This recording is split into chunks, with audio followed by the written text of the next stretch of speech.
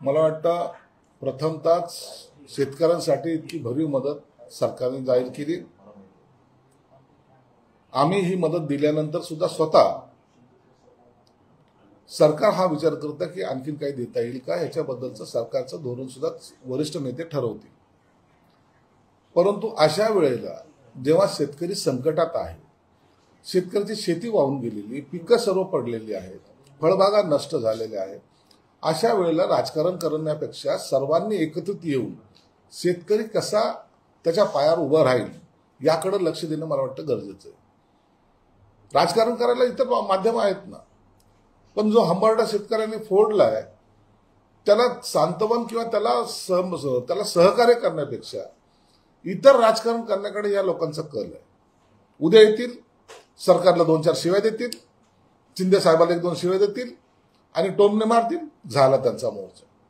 तुम्ही शेतकऱ्यासाठी काय करताय? शेतकऱ्यासाठी तुमची भूमिका काय आहे? तुमच्या सरकारच्या काळामध्ये आलेले जे अडचणी होत्या तुम्ही किती सॉल्व्ह केल्या, त्या प्रश्नाची उत्तर द्या ना। म्हणजे जेव्हा सत्तेत असतात त्या टायमाला काही करायचं नाही, आणि जेव्हा सत्तेत नसेल त्या टायमाला वाह शेतकऱ्यासाठी असं केलं पाहिजे, तसं केलं पाहिजे, या सर्व गप्पा ज्या आहेत त्या लोक शेतकऱ्यांना कळाल्या आहेत। आज प्रत्येक मंत्री असेल, प्रत्येक आमदार असेल, प्रत्येक कार्यकर्ता असेल, हा शेतकऱ्यांजवळ गेलेला आहे, शेतकऱ्यांना भेटतोय, शेतकऱ्यांची अडचणी समजून घेतोय। आणि एकनाथ शिंदे साहेबांचं त्याच्या पुढे जाऊन वैयक्तिक मदतीचा सुद्धा ओघ त्याने सुरू केलेला आहे। म्हणून शेतकऱ्याला दिलासा देण्यासाठी त्यांच्याबरोबर राहा, त्यांच्या खांद्याला खांदा लावून त्यांच्या सुखदुःखामध्ये सहभागी झालं पाहिजे।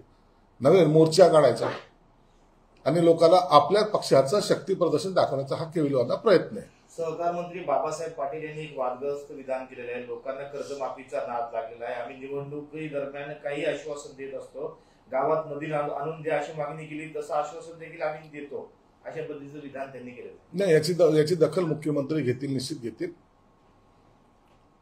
मंत्र्यांनी काय विधान करावे नाही करावे आणि अशा वेळेला कोणतं विधान केलं पाहिजे नाही केलं पाहिजे याच्या सक्त सूचना मुख्यमंत्री साहेबांनी आणि इतर उपमुख्यमंत्री साहेबांनी, एकनाथ शिंदे साहेबांनी पण, अजितदादांनी पण सर्वांना दिलेले आहेत। अशा वेळेला वादग्रस्त एखादं विधान करून सरकारला त्रास होईल असं करू नये असं स्वतः मुख्यमंत्र्यांनी सर्वांना सूचना दिल्यात आणि म्हणून अशा या स्टेटमेंटची ते निश्चित दखल घेतील। महायुतीमध्ये निधी वाटपावरून धुसफूस सुरू आहे आणि पहिल्यांदा निवडून आलेल्या आमदारांना निधी दिला जातो, त्यामुळे जुने आमदार नाराज आहे अशी चर्चा सुरू आहे। नाही, सरकारने धोरण यासाठी स्पष्ट केलेलं आहे की मागच्या वेळेला इलेक्शनचं वर्ष होतं, त्यावेळेला जुन्या आमदारांना भरभरून सर्वांना निधी दिलेला आहे।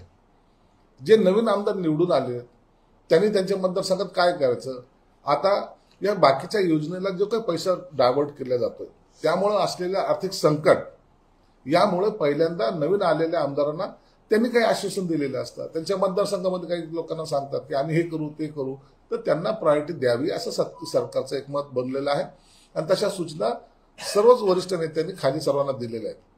आणि म्हणून हा काही कालावधीनंतर जुन्या आमदारांना सुद्धा निधी देण्याचा सरकारचा मानस आहे। संजय राऊत असं म्हणतात की मराठवाड्यातली पूरस्थिती गंभीर आहे, परंतु सरकार गंभीर नाही।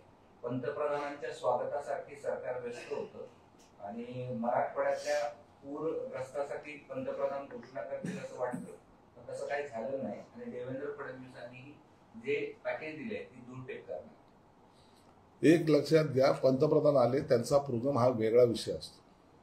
मुख्यमंत्री जाऊन पंचनामे बनवत, जी यंत्रणा असते प्रॉपर यंत्रणा, ते सगळं काम त्याच्या एकदम स्पीडनी चाललेलं आहे त्यांचं, आणि म्हणून त्यांनी तातडीने सरकारने जे आदेश दिले त्या कामामध्ये सगळे अधिकारी गुंतलेले आहेत। महाराष्ट्रातले सर्व अधिकारी पंतप्रधान येणार आहे चला कार्यक्रमाला असं काही झालेलं नाही, परंतु ज्यांना फक्त टीका करायची, आज पंतप्रधान आले, त्यांनी रेल्वेच्या घोषणा केल्या, त्यांनी इतर बाबीच्या घोषणा केल्या, आज महाराष्ट्राला देऊन जे गेलेले ते, म्हणून त्यांचं खरं तर अभिनंदन करायला पाहिजे, त्याच्यावर टीका कसली करता तुम्ही? अहो हे मिळणं सुद्धा काही कमी गोष्ट नाही। म्हणून हा एखादा प्रोटोकॉल जर सरकारने चांगल्या पद्धतीने जर केला असेल किंवा गेले असतील किंवा कार्यक्रम चांगला सुरू झाला असेल, त्याच्यावर टीका करणं योग्य नाही।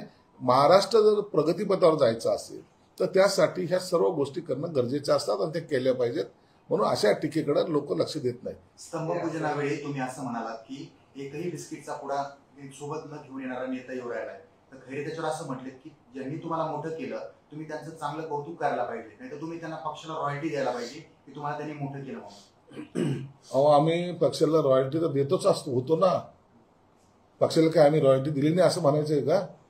खैरेने किती रॉयल्टी दिली? बिचारा आज जे त्याचे हाल आहेत ना हे रॉयल्टी दिल्यामुळे आहेत. म्हणून काय आज तुम्ही शेतकऱ्याला काय देताय? तुम्ही जाऊन आता ते फक्त पीक घेणार, एखादं मोसंबीचं झाड हातात पाहणार, एखादं डाळिंबाचं पाडणार, एखादं मक्याचं कणीस पाहणार आणि त्याचे फोटो सामनात छापणार. याच्याने शेतकऱ्याला दिलासा मिळतो का? शेतकऱ्याला दिलासा देण्यासाठी काहीतरी केलं पाहिजे ना. आणि हे या लोकांना ते सवय नाही ना. ही लेना बँक आहे, देना बँक थोडी. रॉयल्टीचं कसं आहे, म्हणजे किती रॉयल्टी द्यावं लागायची, खैरेने किती दिली असेल तुम्हाला? आता रॉयल्टीचा तुम्हाला बॅलन्स शीट देणं अपेक्षित आहे का? थोडक्यात सांगा. आता हे ज्यांनी रॉयल्टी दिली त्यांना सर्वांना विचारा. तुम्ही पण म्हणलं आम्ही पण दिले. आता मग आता ह्या सगळ्या काही गोष्टी असतात ते बोलायचे नसतात, परंतु हे टोल टॅक्स टाईप सगळं जर टॅक्स असतो ना ते सगळीकडे ती पद्धत त्यांच्याकडे काही नव्हती असं काही भाग नाही. सगळीकडेच की त्यांच्याकडे होते? प्रामुख्याने ज्या पक्षामध्ये मी काम करतो त्याच्याबद्दलच बोलेन ना, मी इतर पक्षाबद्दल का बोलू? ब्रिटनचे पंतप्रधानांचा पोस्टर मुंबईत लागले होते, त्याच्यावर संजय राऊत म्हणाले की ब्रिटनचे पंतप्रधान शिंदे गटात प्रवेश करणार आहेत. रात्रीची संजय राऊतची उतरली नसल्यामुळे त्यांनी केलेली ती विधान आहे. संजय राऊत असंही म्हणाले की रामदास कदम यांनी जी चुमकी उडवली त्यांना गिळवावी लागली बाळासाहेबांच्या टीकेवर. संजय राऊतच्या बोलण्यावर जास्त लक्ष देऊ नका. संजय राऊत हा काही दिवसात तुम्हाला दिसेल त्याने उबाटाचे दुकान बंद केलं म्हणून त्याची जी काही पद्धत आहे काम करण्याची ती पक्ष संपवण्याकडे वाटचाल करणारी आहे. म्हणून त्याच्या प्रत्येक टीका प्रत्येक स्टेटमेंट हे पक्षाला डुबवण्यासाठी असतं. रवींद्र दंगेकरांचा असा आरोप आहे की चंद्रकांत पाटलांनी निवडणुकीमध्ये गुंड वापरले. तो समीर पाटील नावाचा जो व्यक्ती आहे तो गुंडांच्या संपर्कात आहे, त्याची मदत घेतली. भाजपचे लोक खासगीमध्ये हे दंगेकरांना कबूल करतात असं दंगेकरांचा आरोप आहे. नाही, ते त्यांचं वैयक्तिक काय मत आहे किंवा तिथलं राजकारणाबद्दलची मला काय कल्पना नाही. आज जे मेळावा होतोय, जे होर्डिंग लागले सगळे, त्यावर सगळे आमदारांचे फोटो आहेत. 17 वगळून ग्रामीणचे सगळे आमदार आहे, पण अब्दुल सत्तारांचा फोटो नाही. ते चुकून राहिलं असेल. ते तुमचीच बॅनर आहे व्यक्तिगत. हा, ते चुकून राहिलं असेल. कार्यकर्ता टाकताना त्याचा चुकून राहिला असेल. बऱ्याचदा अब्दुल सत्तार गैरहजर दिसत आहेत. काल परवा तुम्ही उद्घाटन केलं, त्याला इतर आमदार होते, अब्दुल सत्तार नव्हते. इतर तुमचे बॅनर आहेत त्याच्यावर म्हणजे जवळपास अब्दुल सत्तार बॉयकॉट केल्यासारखी परिस्थिती होती. नाही, काही कामात असतील ते बिझी असतात. त्या भागामध्ये पूर आलेला आहे म्हणून ते कामात असतील म्हणून आले नसतील. त्याच्यावर आम्ही काही आक्षेप घेण्यासारखं काय. म्हणजे त्यांना बोलवलं होतं का, निमंत्रण दिलं होतं का? सर्वांना निमंत्रण दिलं जातं. इथं पक्षातल्या प्रत्येक कार्यकर्त्याला आमदारांना निमंत्रण देत असतो आणि काही वैयक्तिक कामासाठी काही एखादा जर अब्सेंट असला तर त्याचा असं एवढा गैरसमज करून घेण्यासारखं काही नाही. अब्दुल सत्तार मुद्दामून पक्षाच्या मुख्य कार्यक्रमांपासून लांब जात आहेत काही, असं नाराज वगैरे पक्षावर असं नाही, त्याची काही कल्पना नाही. सहकार मंत्र्यांनी एक पुन्हा वादग्रस्त विधान शेतकऱ्यांच्या कर्जमाफीवरून केलंय आणि ते म्हणतात की कर्जमाफीचा लोकांना नाद लागला आहे. झालं बोलत. आम्हाला निवडून यायचं असेल तर आम्ही आश्वासनं देतो असंही ते पुढे म्हणाले. नाही, याची सरकार दखल घेईल. मुख्यमंत्री साहेब स्वतः दखल घेतील आणि त्या कशा अर्थाने त्यांनी बोललंय याचं सुद्धा ते सर्व माहिती निश्चितच घेतील. मराठा आरक्षणासाठी जो जी आर काढलाय तो रद्द करण्यासाठी नागपूरमध्ये ओबीसी मोठ्या संख्येने बसलेले. जातीमध्ये तेढ निर्माण होऊ नये ही सरकारची भूमिका आहे आणि सरकार त्या पद्धतीने प्रयत्न करत आहेत. त्या संदर्भामध्ये सर्व जाती धर्माच्या लोकांना ज्यांनी मग बंजारा समाज असेल, ओबीसी समाज असेल, माळी समाज असेल, मराठा समाज असेल, या सर्वांच्या वेगवेगळ्या पातळीवर मुख्यमंत्री स्वतः बैठका घेत आहेत.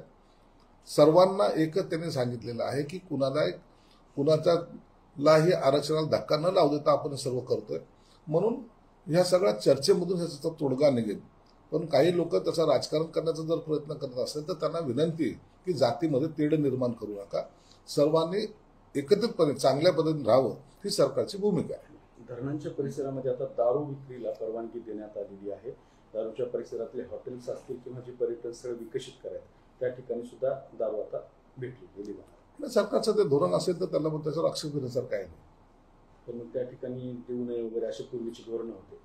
ठीक आहे ना, कालानुसार काही बदल करावे लागतात आणि पर्यटनाला जर चालना द्यायची असेल, काय असं काही केलं असेल तर त्याच्यामध्ये एवढं काहीतरी आगडोम करण्याचं काही विशेष कारण नाही. मराठवाड्यातील अतिवृष्टीची यादी काल नवीन जी आर आलाय, त्यात नांदेड जिल्ह्याला वगळलं आहे आणि नांदेडमध्ये अतिवृष्टी पण झाली होती. नांदेडमध्ये सर्वात जास्त अतिवृष्टी झालेली आहे. त्या संदर्भामध्ये सरकार गंभीर पण आहे. पहिल्यांदा मदतीचा जो ओघ आहे, पहिला टप्पा जो जवळपास 500 कोटी रुपये फक्त नांदेडसाठी दिले होते आणि म्हणून नांदेडला वगळण्याचा प्रश्न येत नाही. नांदेडमध्ये सर्वात जास्त पुराचा तडाखा बसलेला आहे. चल याचा प्रश्न आहे, रोहित पवार यांची चौकशी करण्याचे आदेश दिले आहेत. रवी प्रकरणात प्रमाणिकराव कोकाटेच्या रवी प्रकरणात रोहित पवार यांची चौकशी करा असं सांगितलंय. पोलीस चौकशी करणार आहेत आता रोहित पवारांची. आता जे होईल ते समोर पाहता येईल. काही लोकांना बेछूट आरोप करण्याची सवय लागलेली, उठायचं कुणाला काही आरोप करायचे आणि आपला TRP वाढून घ्यायचा. ही काही लोकांना आता सवय लागली. ड्रग्सची सवय सारखी ही सवय काही लोकांना जडलेली आहे आणि म्हणून यांचा कधी ना कधी हे पडदा हे लोकांसमोर उघडा होणारच आहे. उठलं रोज एकावर आरोप करायचे आणि मी काहीतरी संशोधन करतोय किंवा मी काहीतरी मोठा नेता आहे असा आविर्भाव आणायचा, हे काही लोकांची सवय झालेली. बरं, अतिवृष्टीमुळे शेती बाधित झाली, नुकसान झालंय आणि आपल्याकडे क्रीडा संकुलाचा अभ्यास करण्यासाठी राज्याचे क्रीडा युवक कल्याण खात्याचे मंत्री अधिकारी कोकाटे साहेब दुबई तसेच कतारच्या दौऱ्यावर रवाना झाले. महत्वाचे म्हणजे दौऱ्याला जाण्यात अडचण नाही, पण तिथं जो खर्च येणार आहे तो पुण्यातील शिवछत्रपती क्रीडा संकुलाच्या सुविधांसाठी जो निधी होता तो निधी वापरून यांची परदेशवारी सुरू. त्याच्या संदर्भात मला काही कल्पना नाही. सरकार ते आल्यानंतर कदाचित त्याच्यावरचं स्पष्टीकरण ते स्वतः देऊ शकतील.